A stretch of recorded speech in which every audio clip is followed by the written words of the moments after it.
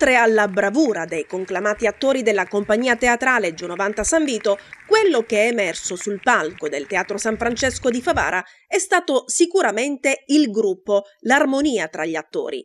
Si è visto l'ottimo lavoro svolto in questi mesi di preparazione dai due registi Lilia Alba e Dino Patti, che hanno saputo dare ad ognuno il proprio personaggio. Successo quindi per la commedia Morti Spara e Acqua Chiappa Acchiappa, portata in scena sabato 9 e domenica 10 marzo nell'ambito della terza edizione di Rassegnati del direttore artistico Giuseppe Crapanzano. Chi quasi alle prime armi, chi veterano del teatro, gli attori hanno intrattenuto il numerosissimo pubblico giunto alla Collina Belvedere. Tantissime le risate regalate, grazie anche a due personaggi che hanno saputo cogliere al meglio il proprio ruolo. Un elettricista con un tic particolare, interpretato da Gino Sorce, ed una cameriera bizzarra, ruolo portato in scena da Anna Maria Bennardo, che, seppur attori non principali di questa opera, hanno davvero divertito i presenti. Brava anche Stefania Bellavia nel ruolo di Teresa, la moglie del defunto Carmelo Suterasardo. Ottima la presenza scenica anche di Carmelo Capodici, Lucia Milia e altri attori della compagnia Gionovanta. Bravi tutti! La serata, presentata da Valentina Piscopo, si è aperta con un prologo. Poi la scena nel salotto di Casa Indelicato, dove parenti e amici sono arrivati per unirsi al cordoglio della signora Teresa, che da poco ha perso il marito. Il previgente defunto però aveva espresso nel testamento un desiderio inusuale. La sua morte si sarebbe dovuta sapere dopo il funerale. I familiari fanno di tutto per far rispettare la volontà del proprio caro, ma tra questi equivoci e malintesi alla fine non è stato possibile.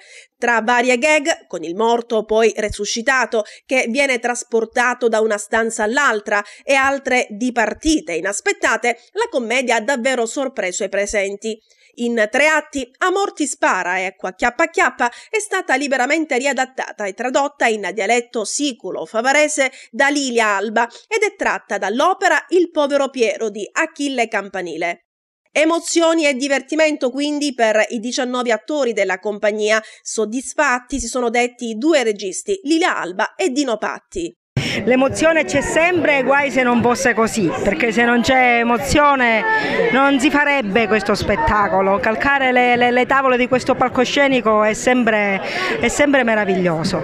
Poi in questo ruolo di regista ho stravolto l'opera, ho cambiato il finale, l'ho tradotto in siciliano, insomma avevo un'ansia terrificante che non potesse piacere al pubblico. Fortunatamente invece ha gradito, me l'ha fatto capire con le risate, gli applausi, e quindi sono veramente soddisfatta. Ma che dire, io sono soddisfatto di come è riuscita la serata e ringrazio tutti perché non è facile avere 18 personaggi sopra la scena.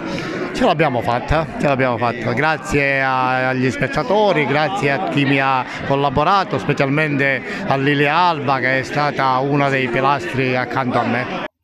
Questa è Favara, attori che pur recitando in altre compagnie hanno voluto essere presenti anche in questa, ha detto durante il suo intervento il direttore artistico Cioppino. Complimentandosi con tutto il gruppo, ha poi aggiunto: a differenza di altri, nel teatro favarese non ci sono rivali, c'è collaborazione. Altra opera, altro successo, altro sold out, ancora un altro genere di opera su questo palcoscenico. Quest'anno Rassegnati un cartellone veramente diciamo che tocca dall'opera classica alla commedia brillante, un po' di tutto, abbastanza ricco e variegato.